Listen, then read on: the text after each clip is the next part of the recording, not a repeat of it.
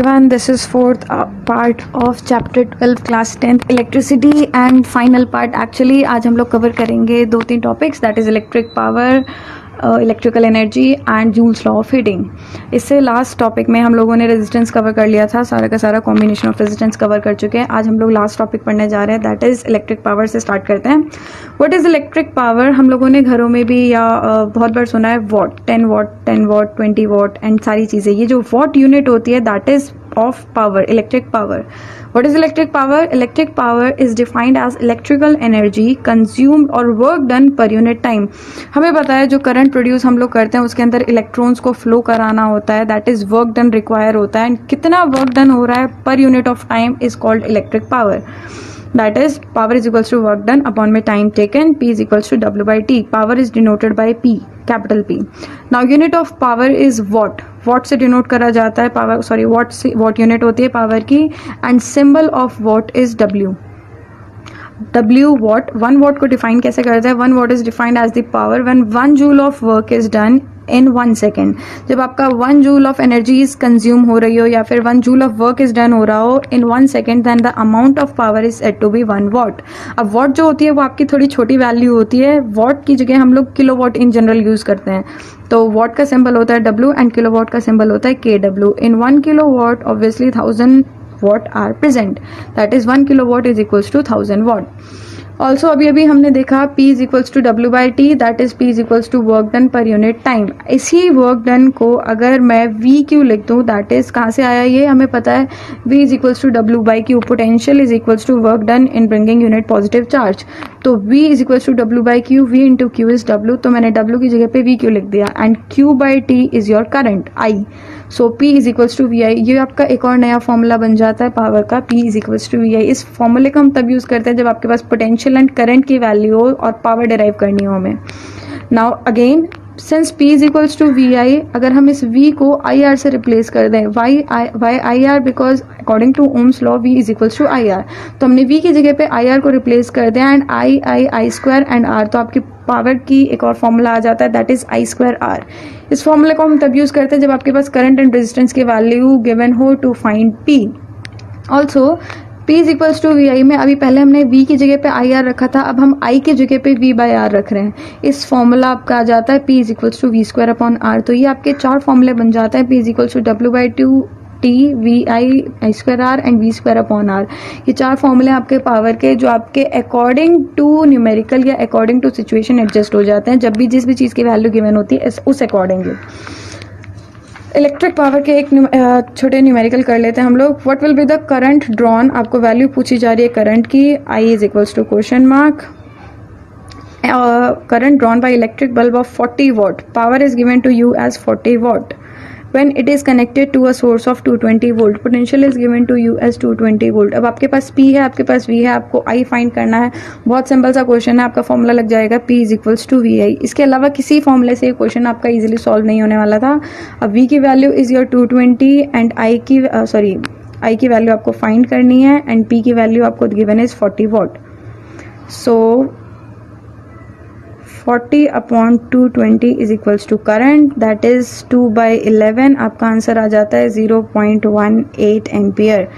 सो आपका सिंपल सा फॉर्मूला था, आपने दोनों वैल्यूज पुट करी एंड आपका आंसर आ गया। बट आपका जो सेकंड क्वेश्चन है ये थोड़ा सा डिफरेंट है। आपका एक इलेक्ट्रिक बल्ब है that is rated 220 volt and 100 watt। Rating आपकी 220 वोल्ट पर अगर आप किसी अप्लायंस को या इस इलेक्ट्रिक बल्ब को चलाओगे तो 100 जूल ऑफ एनर्जी कंज्यूम करेगा इन 1 सेकेंड। इस स्टेटमेंट का मतलब है ये। सो आपको पहले दिया गया है कि पोटेंशियल आपका 220 वोल्ट है एंड पावर आपकी जनरेट होती है 100 watt।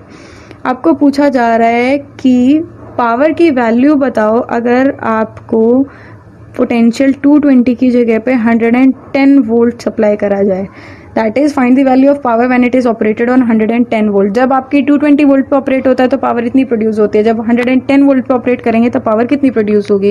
दोनों केसेस में हमें चारों फॉर्मूले में से एक फॉर्मूला यूज करना है। बट अगर किसी अप्लायंस की कोई भी एक चीज है जो चेंज नहीं होती, दैट इज रेजिस्टेंस, आपका R चेंज नहीं होता, तो दोनों केसेस में आपका R चेंज नहीं होगा। अगर मैं यहाँ पर R की वैल्यू फाइंड कर लेती हूँ देन उसी R को यूज यहाँ पर करके आप पावर फाइंड कर सकते हो।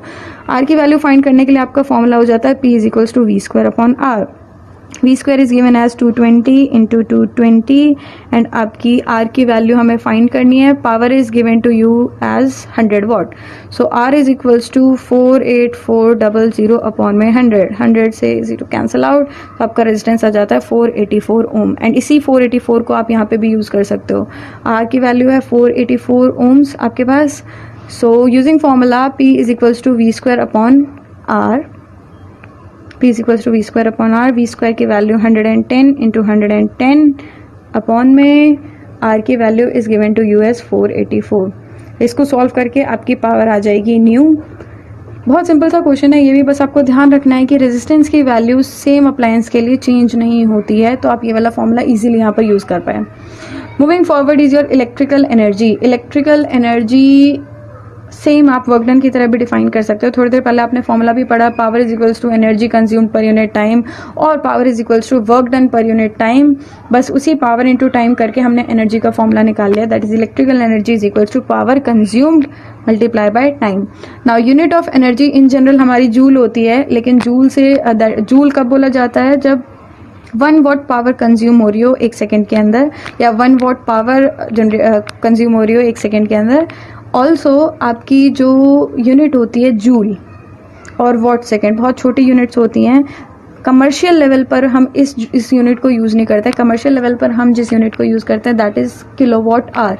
1 kilowatt are. And kilowatt hour को हम लोग चेंज करेंगे जूल्स के अंदर. दैट इज़ 1 किलोवाट में 1000 वॉट होते हैं एंड 1 आर के अंदर 3600 सेकेंड्स होते हैं. तो दोनों को मल्टीप्लाई करके 1 kilowatt hour is equals to 3.6 into 10 to the power 6 joules. इसका मतलब 1 unit of energy. 1 unit of energy, यहाँ पे यूनिट का मतलब है kilowatt hour. 1 unit of energy के अंदर जूल्स होते हैं 3.6 into 10 to the power 6 joules. ये चीज़ आपको याद रखनी है. बहुत केसेस आएंगे, आपको न्यूमेरिकल्स आएंगे जिसके अंदर आपको बोला जाएगा कि 5 यूनिट ऑफ एनर्जी है एंड 1 यूनिट में अगर 5 रुपीज़ लगते हैं तो 5 यूनिट्स में कितने लगेंगे एंड सो ऑन. आपको बोला जाता है कि ऐसा यूनिट में भी डिराइव करो एंड कमर्शियल यूनिट में भी डिराइव करो. ऐसा यूनिट में डिराइव करने का मतलब है किलोवाट आर के अंदर डिराइव करना एनर्जी को, एंड ऐसा यूनिट का मतलब है जूल्स के अंदर डिराइव करना. तो अगर आप किलोवाट आर के अंदर फाइंड कर लेते हैं तो डायरेक्टली उसको इस वैल्यू से मल्टीप्लाई करके जूल्स में कन्वर्ट कर लेंगे. लास्ट टॉपिक आ जाता है आपका heating effect of electric current. Generally क्या होता है, जब आपका कोई भी अप्लायंस है जिसको आपने करंट से पास, जिसके थ्रू करंट पास हो रहा है, इसका मतलब उसके अंदर इलेक्ट्रॉन्स फ्लो हो रहे हैं. जब इलेक्ट्रॉन्स आपस में फ्लो होते हैं तो एक दूसरे से कोलाइड करते हैं, एक दूसरे से टकराते हैं. जब टकराते हैं तो फ्रिक्शन होता है. फ्रिक्शन मतलब हीट जनरेट होती है एंड उसी जनरेशन ऑफ हीट को हम लोग कहते हैं heating effect of electric current. अगर आपकी किसी भी कंडक्टर के अंदर हीट प्रोड्यूस हो रही है तो वो जो हीट होती है that is equals to the square of current flowing in the circuit or conductor, resistance of the conductor and time for which the current is flowing, and this is also known as Joule's law of heating. That is, Joule's law of heating states that the heat produced in a wire is directly proportional to the square of current, resistance of wire and time for which the current is passed. H is equals to I square RT is your Joule's law of heating. अब इसी Joule's law of heating को आई square are को हम we आई भी लिख सकते हैं and we आई को हम पी भी लिख सकते हैं. तो ये तीनों के तीनों फॉर्मूले बन जाते हैं आपके हीट के या एनर्जी के. बट जब आपको जूल्स लॉ ऑफ हीटिंग बोला जाए तब आपको इसी फॉर्मूले को लेकर के जूल्स लॉ ऑफ हीटिंग को स्टेट करना है. Application of heating effect of electric current. अब आपका जो हीटिंग इफेक्ट हो रहा है करंट की वजह से, जो हीट जनरेट हो रही है, उसको हम कहाँ कहाँ अप्लाई करते हैं, एप्लीकेशंस क्या क्या है उसकी. First application is your heating appliances. For example your toaster, your geyser हो गया, योर माइक्रोवेव एंड ऑल, ये सारे के सारे आपके हीटिंग अप्लायंसेस होते हैं. इन सब के अंदर आपका heating effect of electric current use होता है. एक इंपॉर्टेंट क्वेश्चन बनता है यहाँ पर कि आपके जो हीटिंग अप्लायंसेस होते हैं उनके अंदर प्योर मेटल्स को यूज़ नहीं करा जाता, उनके अंदर एलॉयज को यूज़ करा जाता है. वाई?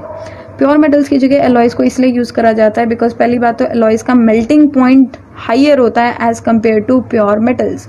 अगर मेल्टिंग पॉइंट ज़्यादा होगा तो हीट जनरेट होने पर आपके जो एलॉयज हैं वो मेल्ट नहीं होंगे, बट आपके जो प्योर मेटल्स हैं दे चांसेस हैं कि वो मेल्ट हो जाए. इसके अलावा आपके जो एलॉयज होते हैं वो जल्दी से ऑक्सीडाइज नहीं होते, हीट की वजह से ऑक्सीजन के साथ कंबाइन नहीं होते जल्दी से, और जो प्योर मेटल्स होते हैं वो बहुत जल्दी ऑक्सीडाइज हो जाते हैं. इसी वजह से हीटिंग अप्लायंसेस के अंदर हम एलॉयज को यूज़ करते हैं rather than pure metals. Next is electric bulbs. हमें पता है कि जो आपके इलेक्ट्रिक बल्ब्स होते हैं, this is your electric bulb.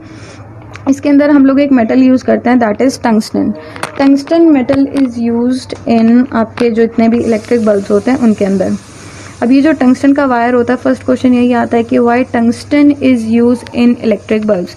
Tungsten को इसलिए क्यों यूज़ किया जाता है, बिकॉज इसका मेल्टिंग पॉइंट बहुत हाई होता है। ये एक ऐसा मेटल है जो बहुत ज़्यादा हीट होने के बावजूद ग्लो करता है, एंड ग्लो होते होते मेल्ट भी नहीं होता है। इस वजह से टंगस्टन को यूज़ करा जाता है इन electric bulbs. One more thing कि इन इलेक्ट्रिक बल्ब्स के अंदर हम लोग जनरली इनर्ट गैसेस को फिल करते हैं। इस गैस या इस आपके जो बल्ब है इसके अंदर हम लोग इनर्ट गैसेस को फिल करते हैं, ना कि आपका नॉर्मल जो एयर होती है उसको फिल नहीं किया जाता। वाई? बिकॉज बहुत ज़्यादा हाई टेम्परेचर होता है जब आपका टंगस्टन ग्लो कर रहा होता है। इतने हाई टेम्परेचर में हीट की प्रेजेंस में अगर ऑक्सीजन आपकी गैसेस ऐसी आसपास होंगी तो कंबशन हो जाएगा, दैट इज़ आपका जो बल्ब है वो आग पकड़ लेगा। एक और चीज़, इलेक्ट्रिक बल्ब्स को पावर एफिशिएंट नहीं बोला जाता है। इलेक्ट्रिक बल्ब्स को पावर एफिशिएंट इसीलिए नहीं बोला जाता है बिकॉज जो इलेक्ट्रिकल एनर्जी जा रही है टंगस्टन के अंदर वो पहले टंगस्टन को हीट करती है। जब वो इनफ हीट हो जाता है तब टंगस्टन ग्लो करता है। आपकी इलेक्ट्रिकल एनर्जी ज़्यादातर हीट फॉर्म में यूज़ हो जाती है टंगस्टन को ग्लो कराने के लिए, बजाय लाइट के। तो आपकी ज़्यादातर इलेक्ट्रिकल एनर्जी क्योंकि हीट फॉर्म में जा रही है, जबकि आपको बल्ब से चाहिए लाइट, इसी वजह से हम लोग कहते हैं कि ये पावर एफिशिएंट नहीं होती हैं। Last one is your electric fuse. Electric fuse generally घरों में as a safety measure use किया जाता है। जब पीछे से कई बार होता है वोल्टेज फ्लक्चुएट हो जाती है तो आपके अप्लाइंसेस सारे के सारे ख़राब हो जाते हैं। इलेक्ट्रिक फ्यूज़ होता क्या है, एक कॉपर का वायर है जिसके ऊपर टिन की प्लेटिंग करी जाती है, इलेक्ट्रोप्लेटिंग करी जाती है। कॉपर का वायर जिसके ऊपर टिन की प्लेटिंग करी जाती है, इसको आप पूरे घर के इलेक्ट्रिक सर्किट के साथ कनेक्ट करते हैं। बाद में सर्किट, पहले इसको कनेक्ट करा जाता है। एंड अगर यहाँ से वोल्टेज आपकी जो वोल्ट लाइन आ रही होती है, जो पीछे से वोल्टेज आ रही होती है, इस इलेक्ट्रिक फ्यूज़ का काम क्या है, इस इलेक्ट्रिक फ्यूज़ का रेजिस्टेंस बाकी घर के सर्किट से ज़्यादा होता है एंड मेल्टिंग पॉइंट बहुत ही कम होता है। मेल्टिंग पॉइंट बहुत ही कम होता है एंड रेजिस्टेंस ज़्यादा होता है। इसका मतलब अगर पीछे से वोल्टेज बहुत ज़्यादा फ्लक्चुएट होकर के हाई हो जाती है तो वोल्टेज फ्लक्चुएट होने के साथ साथ, हाई होने के साथ साथ करंट की वैल्यू ज़्यादा हो जाती है। करंट की वैल्यू ज़्यादा होते ही रेजिस्टेंस ज़्यादा प्रोड्यूस होता है। रेजिस्टेंस ज़्यादा होते ही हीट ज़्यादा होती है एंड हीट की वजह से आपका जो मेल्ट होना होता है वायर, वो मेल्ट हो जाता है, मेल्ट होकर के ब्रेक हो जाता है। अगर ये वायर ब्रेक हो जाता है तो आपका सर्किट आगे क्लोज हो जाता है, सर्किट में आगे करंट जाता ही नहीं है, जिसकी वजह से आपके सारे के सारे अप्लायंसेस सेफ रहते हैं। So this was your last part of electricity, heating effect of electric current. जितने भी सारे इंपॉर्टेंट क्वेश्चंस है, इसके अंदर बहुत ज़्यादा इंपॉर्टेंट क्वेश्चंस है। इलेक्ट्रिसिटी की एनसीईआरटी एक्सरसाइज प्लीज़ ज़रूर, बहुत इंपॉर्टेंट है, कंप्लीट कर लीजिएगा। एंड जितने भी आपके यूनिट कन्वर्जन्स है, that is milli ampere, milli coulomb, micro coulomb, and इन सारी चीज़ों में आपका वॉट आ जाता है। बहुत बड़ी एक कन्फ्यूजन होती है बच्चों को, किलो वॉट आर किसकी यूनिट है। अभी अभी मैंने बताया किलो वॉट आर एनर्जी की यूनिट है एंड किलो वॉट पावर की यूनिट है। तो इन चीज़ों का थोड़ा थोड़ा ध्यान रखना है। बाकी this is it and thank you so much.